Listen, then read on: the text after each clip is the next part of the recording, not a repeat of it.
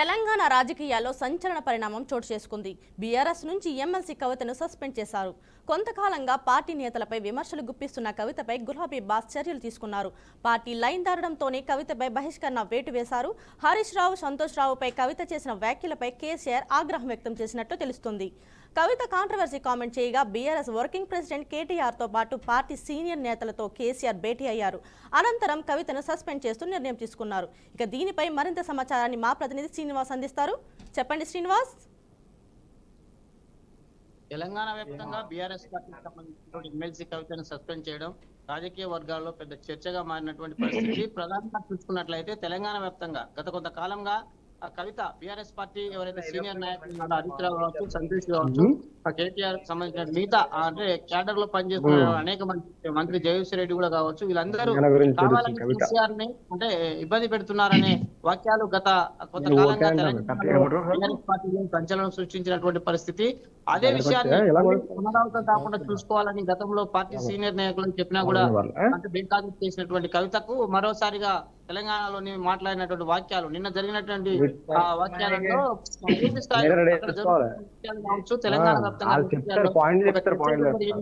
ఇప్పుడు బీఆర్ఎస్ పార్టీకి సంబంధించినటువంటి నిర్ణయం తీసుకుంది. కవిత పార్టీ నిబంధనలకు విరుద్ధంగా పనిచేస్తూ తప్పుడు ఆరోపణలు చేసిందనే విషయానికి సంబంధించి క్రమశిక్షణ చర్య కింద కవితను పార్టీ సస్పెండ్ చేయడం జరిగింది. ఇదే విషయానికి సంబంధించి కూడా పార్టీ వర్గాలలో గతంలో సామాజిక కార్యకర్తగా పనిచేసిన వ్యక్తి కావచ్చు, వివిధ క్యాడర్ లో ఉన్నటువంటి టీఆర్ఎస్ కార్యకర్తలే కావచ్చు, వారందరూ సమానంగా ఉండాలి. ఎవరిని వారు విమర్శించే హక్కు కానీ ఎవరిని చేయాల్సినటువంటి ఇబ్బంది పెట్టాల్సిన అవసరం కానీ లేదు. ఏదైనా పార్టీకి సంబంధించినటువంటి పొలిటిక్ బ్యూరోలు కానీ సంబంధించిన విషయాల్లో మాట్లాడాలి తప్పితే బహిర్గతంగా పార్టీ ప్రతిష్టను దెబ్బతీసేటందుకు చేస్తే ఖచ్చితంగా ఎవరికైనా స్పష్టంగా సంకేతాలు కూడా ఇచ్చారు. కవిత కూతురైనా కూడా కవిత పార్టీ నుంచి సస్పెండ్ చేస్తూ బీఆర్ఎస్ పార్టీ యొక్క నైతిక విలువలను అయితే కాపాడుకున్నారనేది కూడా పార్టీ శ్రేణుల్లో చెప్తున్నారు. దీనికి సంబంధించి బీఆర్ఎస్ పార్టీకి సంబంధించిన కార్యకర్తలు కూడా ఒక మనోధైర్యం అయితే పెంచినట్టు తెలుస్తుంది. బీఆర్ఎస్ పార్టీకి సంబంధించినటువంటి కార్యకర్తలు నాటి నుండి నేటి వరకు అనేక తెలంగాణ ఉద్యమాలు పోరాడినటువంటి తెలంగాణ గడ్డపై చేసినటువంటి అసభ్య అంటే పదజాలమే కావచ్చు, భావజాలను అహంకార భావజాలంతో మాట్లాడినటువంటి విధి విధానాలు కావచ్చు, అంటే కేటీఆర్ సంబంధించినటువంటి కానీ కేసీఆర్ సంబంధించినటువంటి కూతురుగా తను వ్యవహరించిన తీరును ఇంతవరకు చాలా మంది బీఆర్ఎస్ కార్యకర్తలను కూడా బయటపడడం కొరకు పార్టీ కృషి చేశారు. కానీ కవిత సంబంధించినటువంటి విషయాలలో ఎలాంటి మార్పు రాకుండా పూర్తిగా బీఆర్ఎస్ పార్టీకి సంబంధించినటువంటి కమిటీ కూడా ఇమీడియట్లీ సస్పెండ్ చేయడం కూడా జరిగింది. ఇది తెలంగాణలో ఒక రాజకీయ చర్చ జరుగుతున్నటువంటి పరిస్థితి. కవిత కూడా తన ఎమ్మెల్సీ పదవికి రాజీనామా చేస్తూ కూడా రాజకీయాలు కానీ మిగతా పార్టీలకు అంటే సొంత పార్టీ పెట్టుకోవాలనే ఒక ఉద్దేశంతో వెళ్తున్నట్లు కూడా ప్రచారం జరుగుతుంది. కానీ ఏదేమైనప్పటికీ తెలంగాణ సంబంధించినటువంటి అంటే ఉద్యమ నేపథ్యంలో ఉన్నటువంటి తెలంగాణలోని వివిధ రాజకీయ పార్టీలు ఇప్పటికే అంటే కాంగ్రెస్ పార్టీ కావచ్చు, జాతీయ స్థాయిలో ఉన్నటువంటి బీజేపీ, కాంగ్రెస్ పార్టీలు, వివిధ ప్రాంతీయ పార్టీలు కూడా ఇక్కడ పురుడు పోసుకున్నటువంటి పరిస్థితి. అలాంటి ఉద్యమ క్రమంలో కూడా కేసీఆర్ బిడ్డగా చూసినటువంటి కవిత మరోసారి పార్టీ అంటే పార్టీ విధానాలలో పోతాది అంటే దానికి పెద్ద ఎవరు కార్యకర్తలు కానీ బీఆర్ఎస్ కానీ సంబంధించిన తెలంగాణ ఉద్యమకారులు కానీ పెద్ద మొగ్గు చూపే పరిస్థితి కనబడతలేదు అనేది కూడా బీఆర్ఎస్ పార్టీలో చర్చ జరుగుతున్నటువంటి పరిస్థితి. ఏది ఏమైనప్పటికీ తెలంగాణలోని అంటే ఆ విధి విధానాలకు అనుగుణంగా పనిచేయని ఏ పార్టీ కార్యకర్తలకైనా ఆ పార్టీ చెప్పాల్సినటువంటి అంటే బుద్ధి చెప్పింది. ఖచ్చితంగా ఆ సస్పెండ్ చేయడం సరైన విధానం అంటూ బీఆర్ఎస్ పార్టీ కార్యకర్తలు అయితే మనోభావాన్ని దెబ్బతినకుండా ఉన్నదనేది కూడా ధైర్యం అయితే వచ్చినటువంటి పరిస్థితి. రానున్న ఎన్నికల్లో కూడా బీఆర్ఎస్ పార్టీకి సంబంధించినటువంటి కార్యకర్తలకు పూర్తి స్థాయిలోని మనోధైర్యం నింపుతామంటూ కేసీఆర్ కూడా ఒక వాక్యాలు కూడా చేయడం జరిగింది. ఎంత వాటినైనా వారు పార్టీకి నిబంధనల విరుద్ధంగా ఉండే వారిని ఖచ్చితంగా సస్పెండ్ చేస్తామని చెప్తూ నిరూపించినటువంటి పరిస్థితి. ఇది తెలంగాణలోని కవిత చేసినటువంటి అంటే పార్టీపై చేసినటువంటి తప్పుడు ఆరోపణలపై జరిగినటువంటి చర్చలో భాగంగా ఈ రోజు కేసీఆర్ సంబంధించినటువంటి కానీ పార్టీకి సంబంధించిన పొలిటిక్ బ్యూరో సభ్యులు కూర్చొని పూర్తిగా కవితను కూడా సస్పెండ్ కూడా చేయడం జరిగింది. ఇది బీఆర్ఎస్ పార్టీకి సంబంధించిన ఒక నైతిక విలువకు సంబంధించిన పార్టీ ఎజెండా అంటూ కూడా వారు ప్రకటించుకోవడం కూడా జరిగింది. ఇలాంటి విషయాలలో కవిత కూడా మరోసారి ముందుకు చేస్తూ ఎమ్మెల్సీ పదవికి రాజీనామా చేసింది. మీరు తిరిగి అంటే వివిధ పార్టీ వాళ్ళతోటి తిరుగుతుంది అనేది అంటే వాళ్ళకు రాజకీయంగా జాతీయ స్థాయిలో కావచ్చు, రాష్ట్ర స్థాయిలో ఏదైనా పార్టీ పెద్దది అనేది ఒక చర్చ అయితే జరుగుతున్నటువంటి పరిస్థితి. ఏదేమైనప్పటికీ తెలంగాణలోని బీఆర్ఎస్ పార్టీ నుంచి కవితనైతే సస్పెండ్ చేసి పార్టీకి సంబంధించిన నైతికంగా కొంత అంటే విలువలని కాపాడింది అనేది ఒక చర్చ అయితే జరుగుతున్నటువంటి పరిస్థితి. ఇది బీఆర్ఎస్ పార్టీకి సంబంధించినటువంటి ఎమ్మెల్సీ కవిత సస్పెండ్ అయినటువంటి తాజా సమాచారం. Okay right, thank you Srinivas. BRS నుంచి ఎమ్మెల్సీ కవిత సస్పెన్షన్ నేపథ్యంలో బీఆర్ఎస్ కార్యాలయాల్లో నుంచి ఆమె ఫ్లెక్సీలు పోస్టర్లు తొలగిస్తున్నారు. మరో కొన్ని సెంటర్లలో కవిత ఫ్లెక్సీలను బీఆర్ఎస్ కార్యకర్తలు తగలపెడుతున్నారు. కవిత తీరుపై తీవ్ర ఆగ్రహవేశాలు వ్యక్తం చేస్తున్నారు. కవిత డౌన్ డౌన్ అంటూ నినాదాలు చేస్తున్నారు. మరోవైపు ఫ్యామిలీలో విభేదాల నేపథ్యంలో విపక్షాలకు ఇదో ఆయుధంగా మారబోతుంది. కాంగ్రెస్ బీజేపీ నేతలు ఇప్పటికే తలో రకంగా మాట్లాడుతున్నారు. ఇదంతా ఫ్యామిలీ డ్రామా అని కొందరు అంటుంటే మరికొందరు వాళ్ళు తన్నుకొని తలకు పోసుకున్నా మాకు సంబంధం లేదని ఎద్దేవా చేస్తున్నారు. ఇక ఇదే అంశానికి సంబంధించి పూర్తి సమాచారాన్ని మా ప్రతినిధి రాజు అందిస్తారు. చెప్పండి రాజు. ఫాతిమా, గత కొంతకాలంగా కవిత ఎపిసోడ్ రాజకీయ వర్గాల్లో తెగ చర్చకు వస్తున్నటువంటి పరిస్థితి మనం చూస్తున్నాం. ఏకంగా తన సొంత పార్టీలోనే పూర్తి స్థాయిలో మరికొంతమంది మాజీ మంత్రులు కావచ్చు, మాజీ ఎంపీలకు సంబంధించి మరికొంతమంది బీఆర్ఎస్ పార్టీకి సంబంధించిన కీలక నేతలను ఉద్దేశించి గత కొంతకాలంగా వార్తలకు ఎక్కుతున్నటువంటి పరిస్థితి మనం చూస్తున్నాం. ప్రస్తుతం ఆమె ఉమ్మడి నిజామాబాద్ జిల్లా సంబంధించి స్థానిక సంస్థల ఎమ్మెల్సీగా కొనసాగుతున్నటువంటి పరిస్థితి మనం చూస్తున్నాం. ఏవన్ గా ఉన్నటువంటి కవిత ఎన్నికలకైతే ఇటీవలనే బయటకు వచ్చినటువంటి పరిణామక్రమంలో అప్పటి నుంచి పూర్తి స్థాయిలో బీఆర్ఎస్ వైఫల్యాలు కావచ్చు, బీఆర్ఎస్ పార్టీని ఉద్దేశించి ఆ పార్టీలో ఉన్నటువంటి మరికొంతమంది కీలక నేతలను ఉద్దేశించి పలు ఆసక్తికరమైనటువంటి వ్యాఖ్యలు చేసిన వార్తలకు ఎక్కినటువంటి పరిస్థితి. ఈ క్రమంలో తన తండ్రి అయినటువంటి మాజీ సీఎం కేసీఆర్ కూడా తను వెన్నంటే ఉన్నట్టుగా ఉంటుండే. అదే సందర్భంలో మిగతా వారందరూ కూడా ఆ పార్టీలో ఉన్నటువంటి కీలక నేతలను ఉద్దేశించి పలు ఆసక్తికర వ్యాఖ్యలు చేస్తున్నటువంటి పరిణామక్రమంలో కేసీఆర్ కూడా కొద్దిగా గత కొంతకాలంగా తనపై గుర్రుగా ఉన్నట్టుగా తెలిసింది. ఈ అంశంలో తాజాగా నిన్నటికి నిన్న ఇటు మాజీ మంత్రి హరీష్ రావుతో పాటు మాజీ ఎంపీ సంతోష్ రావును ఉద్దేశించి కూడా పూర్తి స్థాయిలో కాళేశ్వరం విషయం కావచ్చు, మరికొన్ని ఇతర స్కీమ్లకు సంబంధించి కొన్ని వివాదాస్పద వ్యాఖ్యలు చేసినటువంటి కవితకు సంబంధించి గత కొంతకాలంగా ఇది నాంచులతో అవలంబిస్తున్నటువంటి పరిణామక్రమంలో ఎట్టకేలకైతే బీఆర్ఎస్ పార్టీ తనపై సస్పెన్షన్ వేటు వేసింది. తను సస్పెన్షన్ వేటు వేసినటువంటి పరిణామక్రమంలో అసలు కవిత ఎలాంటి నిర్ణయం తీసుకోబోతుందన్న చర్చ మాత్రం తెలంగాణ రాష్ట్ర వ్యాప్తంగా జోరుగా సాగుతుంది. బీఆర్ఎస్ పార్టీ నుంచి కవిత సస్పెన్షన్ కు గురైనటువంటి ఆ పరిణామక్రమంలో వెనువెంటనే పార్టీ కార్యకర్తలు కావచ్చు, పార్టీకి సంబంధించి మరికొంతమంది కీలక వ్యక్తులు పూర్తి స్థాయిలో తన ఫ్లెక్సీలు చింపడమే కాకుండా కవితకు తీవ్ర స్థాయిలో వ్యతిరేక పవనాలు వీచేలా ప్రయత్నిస్తున్నారు. కవితపై పూర్తి స్థాయిలో నినాదాలు చేసే ప్రయత్నం చేస్తున్నారు. పార్టీ వ్యతిరేక కార్యకలాపాలకు పాల్పడమే కాకుండా పార్టీలో ఉన్నటువంటి మరికొంతమంది మాజీ మంత్రులు కావచ్చు, ఎంపీలకు సంబంధించి ఇతర కీలక నేతలకు సంబంధించి కొంతకాలంగా కీలక వ్యాఖ్యలు చేస్తూ వస్తుంది. హాట్ కామెంట్ చేయడం కారణంగా ఎట్టకేలకైతే పార్టీ నుంచి సస్పెన్షన్ వేటు గురైనటువంటి పరిస్థితి. అయితే పార్టీ బీఆర్ఎస్ పార్టీ నుంచి సస్పెన్షన్ వేటు పడ్డటువంటి కవిత సొంత పార్టీ నూతన పార్టీ పెట్టబోతుందా, లేదంటే ఆ ఉన్న పార్టీలోనే కొంచెం ఒదిగే అవకాశం ఉందా అనేటటువంటి చర్చ సాగుతుంది. మరోవైపు ఆ పార్టీ క్యాడర్ను ఉద్దేశించి కావచ్చు, బీఆర్ఎస్ పార్టీకి సంబంధించి మరికొంతమంది అయితే కీలకమైనటువంటి వ్యక్తులు సైతం కూడా కవితకు దూరమే కావడమే కాకుండా కవితకైతే వ్యతిరేక పవనాలు వీస్తున్నాయి. ఏకంగా మాజీ సీఎం కవిత తండ్రి ఎట్టకేలకైతే బీఆర్ఎస్ అధినేత మాత్రం ఖచ్చితంగా పార్టీ నుంచి ఆమెను సస్పెన్షన్ చేస్తూ కూడా పూర్తి స్పష్టమైన ప్రకటన ఇచ్చినటువంటి నేపథ్యంలో ప్రస్తుతం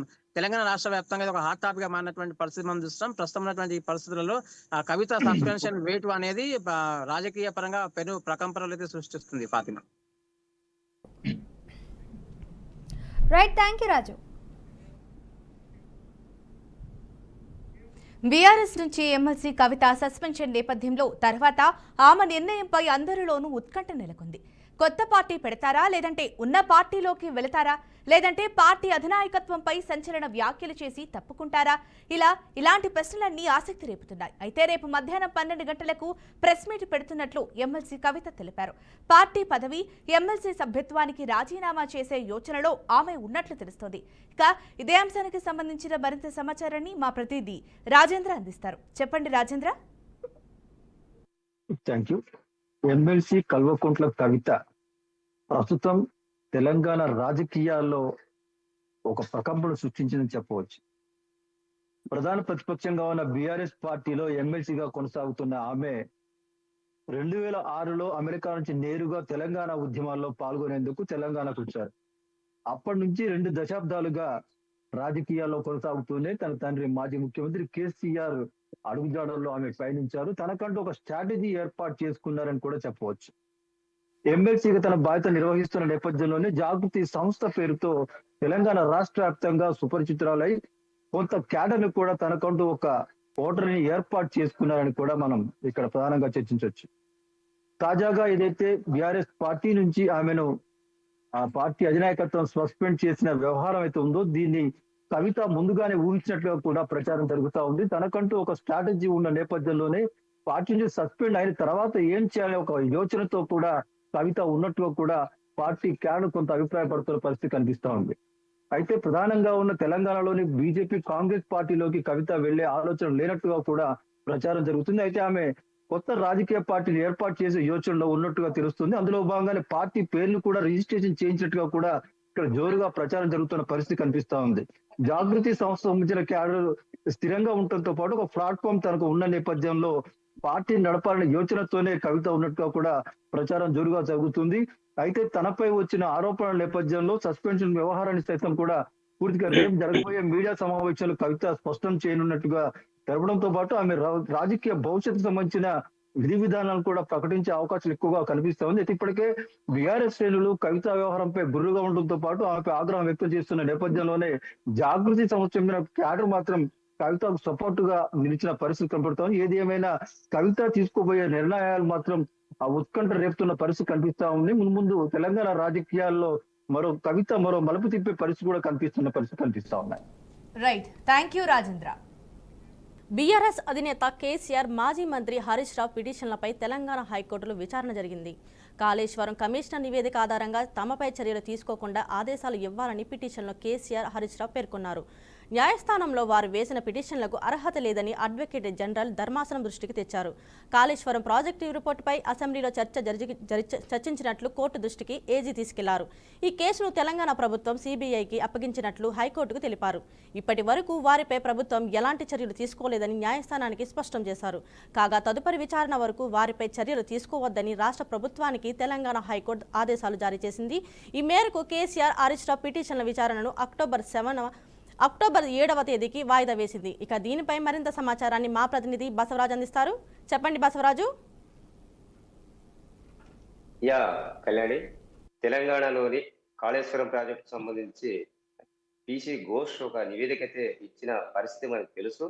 అంటే ఈ నివేదికలో ఖచ్చితంగా కేసీఆర్ కావచ్చు, హరీష్ రావు కావచ్చు, కేటీఆర్ కావచ్చు, వీళ్ళంతా కూడా అవినీతికి పాల్పడి సుమారు 1,00,000 కోట్లు దుబ్బేశారని మొదటి నుంచి కాంగ్రెస్ ప్రభుత్వం అక్కడ ఆరోపిస్తున్న నేపథ్యంలో ఏదైతే ఈ నివేదిక ఆధారంగా వాళ్ళపైన చర్య తీసుకోరాదని కేసీఆర్, హరీష్ రావు ఇటీవల ధర్మాసనం ఏదైతే తెలంగాణ హైకోర్టులో రిట్ పిటిషన్ చేశారు.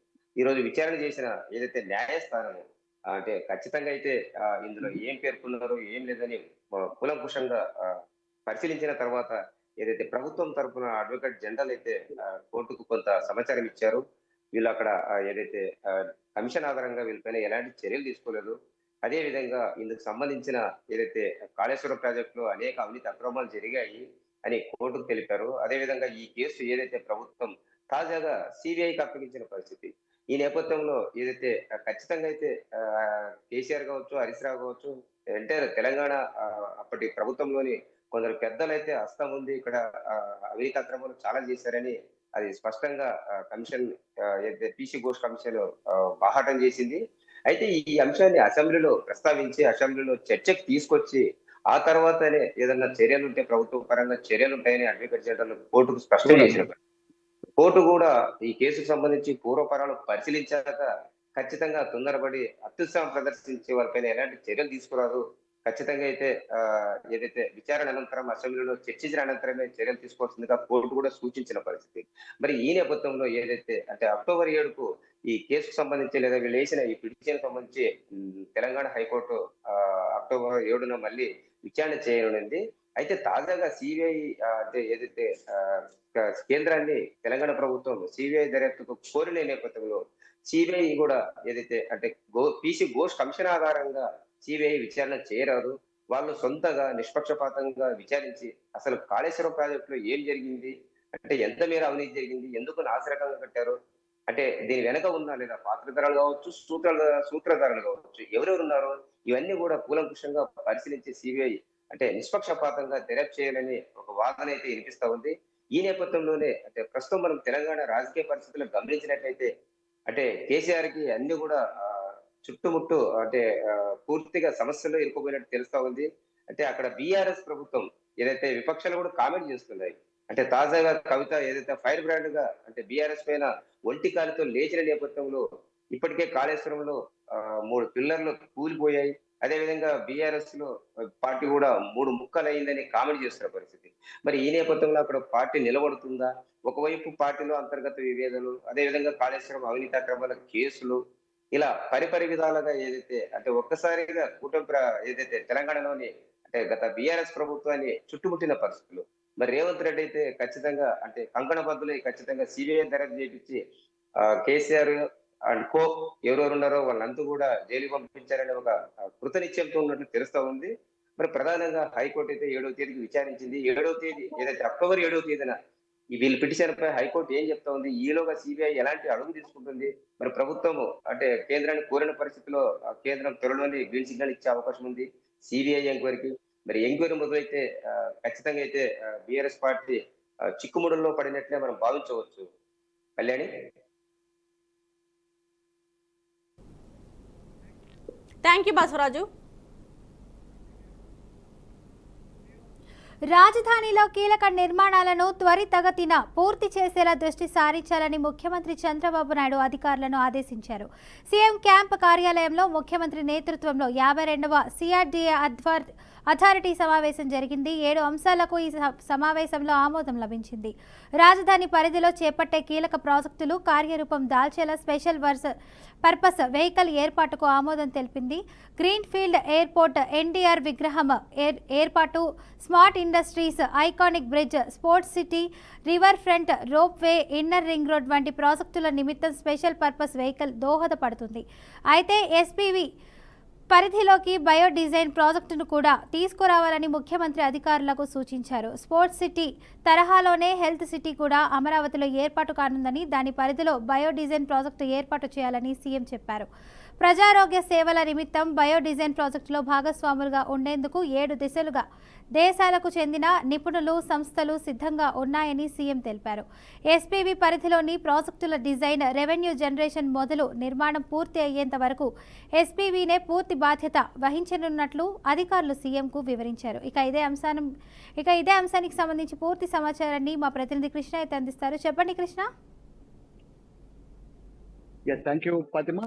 ఏదైతే ఇవాళ జరిగినటువంటి ముఖ్యమంత్రి నారా చంద్రబాబు నాయుడు నేతృత్వంలో పూర్తి స్థాయి అయితే సిఆర్డీఏ అథారిటీ సమావేశం అయితే 52వ సమావేశం అయితే నిర్వహించడం జరిగింది. అందులో భాగంగానే ఈ రోజు అయితే ఏదైతే పెండింగ్ లో ఉన్న ప్రాజెక్టులు కావచ్చు, అదేవిధంగా పూర్తిగా రాజధాని పనులు కావచ్చు, అదేవిధంగా అమరావతి పూర్తి స్థాయిలో అయితే నిర్మాణ పనులు అయితే ఏవైతే పెండింగ్ ఉన్నాయో పూర్తి స్థాయిలో అయితే చేయాలంటే, అదేవిధంగా గ్రీన్ ఎయిర్పోర్ట్ సంబంధించి కావచ్చు, అదేవిధంగా పూర్తి స్థాయిలో ఉన్నటువంటి ఈ యొక్క పెండింగ్ ప్రాజెక్టులు కూడా ఏర్పాటు చేసే దిశగా అయితే ప్రభుత్వం అయితే ఒక ముందడుగు వేసింది అనుకోవచ్చు. అయితే మొత్తానికి చూస్తే పూర్తి స్థాయిలో అయితే ఈ పెండింగ్ ప్రాజెక్టులు కావచ్చు, అదే విధంగా సూపర్ 6 లో ఉన్నటువంటి ఏవైతే హామీలు ఉన్నాయో అవన్నీ కూడా నెరవేర్చే దిశగా అయితే ముఖ్యమంత్రి నారా చంద్రబాబు నాయుడు అయితే ఒక సంకల్పం కట్టుకుని ఈ యొక్క హామీలను నెరవేర్చే దిశగా అయితే ముందుకు వెళ్తున్న తరుణం అయితే మనకు కనిపిస్తుంది. మొత్తానికి చూస్తే పూర్తి స్థాయిలో అయితే ఏదైతే ఇవాళ జరిగినటువంటి అథారిటీ సమావేశం ఏదైతే 52వ అథారిటీ సమావేశం అయితే విసిఆర్డీఏ సంబంధించి ప్రాజెక్టు పనులు ఏవైతే ఉన్నాయో అదే అమరావతి కావచ్చు, అదే విధంగా పూర్తి స్థాయిలో అయితే ఈ యొక్క పెండింగ్ ప్రాజెక్టులు అన్నిటి కూడా నాంది పలికే విధంగా అయితే శ్రీకారం చుట్టారనేసి కూడా తెలుస్తుంది. అయితే మొత్తానికి చూడాలి, ఏది ఏమైనప్పుడు కూడా కూటమి ప్రభుత్వం అధికారంలోకి వచ్చిన తర్వాత పెండింగ్ లో ఉన్న ప్రాజెక్టులు కావచ్చు, అదే విధంగా నిర్మాణ దిశగా తీసుకువెళ్లేందుకైతే తమ వంతు కృషి చేసే విధంగా అయితే ముఖ్యమంత్రి నారా చంద్రబాబు నాయుడు అయితే కంకణం కట్టుకొని ముందుకు వెళ్తున్న తరుణం అయితే మనకు కనిపిస్తుంది. మొత్తానికి చూస్తే ఏదైనా సరే మనం ఒకటి చేయాలన్నా కూడా ఒక విజన్ ఉన్న నాయకుడు చంద్రబాబు నాయుడు కూడా ప్రజలు కూడా ఆకాంక్షిస్తున్నారు. అయితే మొత్తానికి చూడాలి, ఈ యొక్క పెండింగ్ ప్రాజెక్టులు కూడా పూర్తి స్థాయిలో అయితే చేస్తారా చేయరా అని కూడా వేచి ఉండాల్సిందే ఫాతిమా. కృష్ణ.